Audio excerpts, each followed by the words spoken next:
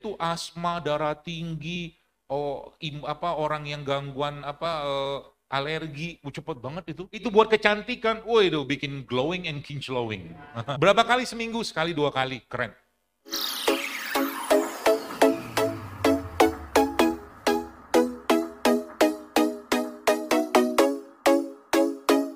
Lemak itu menjadi salah satu pemicu banyak masalah ya, suburan, diabetes juga, ya masalah jantung ya dengan cara kita mengurangi makan selama beberapa waktu tertentu. Saya pernah berapa lama? Baru 22 jam nggak makan. 22 jam. Jadi paling gampang caranya gimana? Gampang sekali kalau Anda puasa sunnah. Karena besok, misalkan Senin ini besok puasa sunnah kan. Anda sahur kan jam 4 misalkan ya. Sahur jam 4. Kan bukanya jam 6 lah kurang lebih. Kan sudah 14 jam tuh. 14 jam itu Anda buka pakai air putih saja atau kurma 1 butir. Habis itu nggak makan lagi sampai besok. Sampai sahur kan sudah 24 jam. Iya kan? Terus kalau lapar gimana? Kan tidur. Ya kan? Iya. Seiring usia kita nih Bapak-Ibu sekalian, yakinlah. Yang lihat sini kan banyak sudah yang bapak-bapak yang sudah, ibu-ibu yang sudah cukup lama diberi usia sama Allah. Maksudnya itu seiring usia itu sebenarnya orang-orang tua tuh nggak perlu banyak makan, banyakin puasa. Sekali makan berkualitas gitu loh. Jadi tidur itu caranya Allah untuk membuat kita berpuasa. Gitu ya, 24 jam. Jadi nanti baru makan lagi kapan? Paginya. Ya, paginya. Enak banget badan, bush, strong. Cuman Anda harus komunikasikan ke badan bahwa Anda hari ini tidak banyak makan. Sehingga tubuhnya tidak ngomel. Tubuh itu bisa ngomel kalau kita nggak ngasih tahu. Makanya kenapa di dalam Islam itu ada sahur. Sahur itu salah satu cara untuk memberitahu bahwa tidak ada kalori yang masuk, tidak ada makanan yang masuk setelah ini. Sehingga tubuh stabil. Makanya orang sakit mah waktu lagi puasa Ramadan karena ada sahur, itu kan nggak ada keluhan dia. Iya kan? Justru malah puasa itu obatnya dia. Makanya nanti katakan apa? Sahurlah kalian, karena dalam sahur itu terdapat keberkahan. Kan gitu.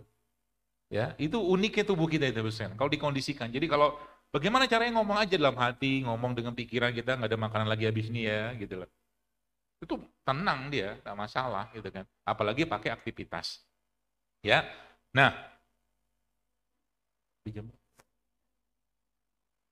oh, 8:30, tinggal 10 menit lagi. Baru ngomong sedikit, baca. Sampai sore. Sampai sore ya. Ente puas, aneh lemas. Ya, nanti saya secukupnya lah ya. Saya kasih tipsnya. Nah, jadi itu baru kita bicara tentang cahaya, jam biologis, ya kemudian puasa tadi lah. Itu tool sebenarnya, perangkat-perangkat yang sudah Allah ciptakan ya dalam tubuh kita dan di alam semesta ini untuk kita pergunakan. Lalu apalagi yang kita bisa pakai Bapak sekalian. Jadi gini, ada beberapa cara ya kita mengaktifkan ya sel-sel imunitas dalam tubuh kita.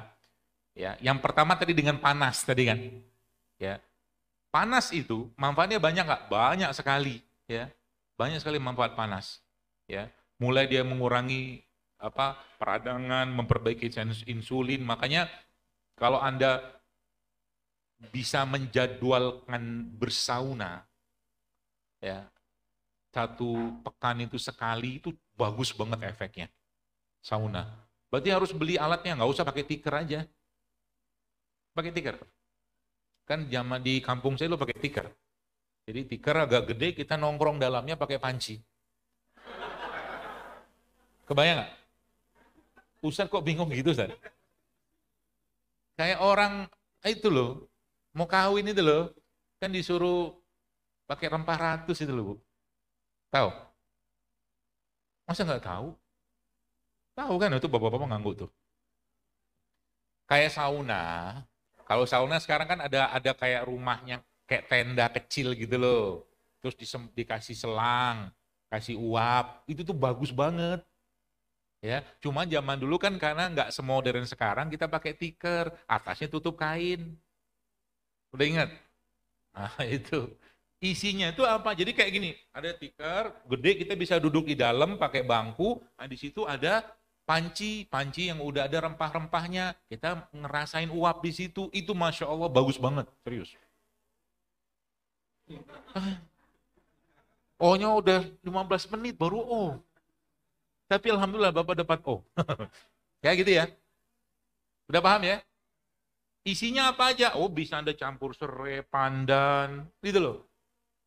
Rempah-rempah itu bagus banget, Bapak. Ya, kalau beli itunya kan lumayan harganya itu bisa 2 jutaan, pakai tikar aja. Ya, itu manfaat memanaskan diri karena sekarang banyak orang yang dingin tubuhnya. Tubuhnya itu dingin, bahkan terhadap kehidupan pun dingin. Ada kemaksiatan, dia diam, itu kan orang dingin namanya. Kurang jahe itu orang mungkin. Ya, kurang berjemur. Ya. Nah itu ya, itu berapa kali seminggu? Sekali 2 kali, keren. Ya, itu. Jadi anunya apa? Udah banyak yang jadian kok itu. Pakai panci kecil aja, dipanaskan di kompor, uapnya itu yang ada hirup. Itu asma, darah tinggi, orang yang gangguan alergi, cepet banget itu. Pakai begituan. Apa Bu? Udah mulai ngerumpi dia. Ingat kan? Itu buat kecantikan. Oh itu bikin glowing and kinclowing. Keren. Ya gitu ya. Masya Allah ya. Itu heat, ya panas. Ya dari panas. Jadi mulai dari dia meningkatkan imunitas, meningkatkan sel darah merah, kemudian memperbaiki aliran darah, memperbaiki oksigenasi pada otot, ya. Kemudian apalagi insulin yang pada orang diabetes itu pakai itu tiap hari. Ya, nanti baru kita bicara herbal kalau sempat ya. Nah, heat ini Bos sekalian ya, panas seperti itu salah satu caranya yang memicu nanti dalam tubuh kita itu keluar sejenis protein yang disebut dengan HSP atau heat shock protein. Salah satu heat shock protein itu juga bisa dipicu oleh panas yang keluar ketika kita melakukan satu tindakan terapi disebut dengan bekam. Jadi bekam itu juga salah satu cara untuk meningkatkan fungsi imunitas dalam tubuh kita. Apakah Islam mengatur itu? Oh jelas. Hadis-hadis tentang bekam itu banyak sekali, ya. Baik tentang titiknya atau tentang waktunya. Ya, Nabi mengatakan bahwa salah satu yang dijadikan waktu untuk berbekam itu adalah pada tanggal 17 atau 19 atau 21 pada setiap bulannya. Maka mulai rutin tuh berbekam pada tanggal itu. Ya manfaatnya apa? Memicu salah satu HSP tadi, heat shock protein tadi. Ya, apa efeknya? Banyak banget. Imunitas itu akan kuat, ya. Tubuh kita insulinnya juga akan diperbaiki. Kemudian dia meningkatkan atau melancarkan aliran darah, ya. Termasuk juga memperbaiki keringat kita seperti itulah. Itu dengan bekam. Nah, yang menarik, nah ini yang saya belum cerita. Ada juga yang disebut dengan CSP. CSP itu kalau tadi kan HSP, heat shock protein, kalau ini CSP, cold shock protein. Ini kalau Anda kalau kerjakan itu bagus juga, tapi lihat kondisi Anda, ya. Cold shock protein ini muncul kalau kita dalam kondisi dingin, ya, atau sengaja mendinginkan badan, ya. Ada penelitiannya, ada. Bahkan yang terbaru ini saya melihat beberapa orang-orang itu berendam di dalam air es. Berapa lama? 30 detik. Jadi dia ada bathtub gitu kan, tempat berendam gitu. Berendam gitu dikasih es penuh, cuman ini nggak ada slide, saya bisa tunjukin gambarnya tuh. Dia berendam 30 detik saja. Setengah menit. Karena kedinginan kan. Tapi itu efeknya bagus sekali. Mirip sama efek, tapi dia bukan mirip, ya kurang lebih sama lah gitu ya. Cuman dengan versi yang lain, dia mengurangkan keletihan, meningkatkan denyut jantung gitu loh, dengan panas, dengan dingin yang didapatkan dari es tadi. Ya. Terus gimana caranya? Nah, Anda harus tahu, lihat kondisi badan Anda dulu, ya. Jadi kan dingin dan panas ini kan tentaranya Allah sebenarnya. Ya, nah Anda harus lihat kondisi badan dulu. Kalau Anda fit itu bisa berendam. Caranya gimana? Paling gampang pakai apa? Pakai gentong. Gentong.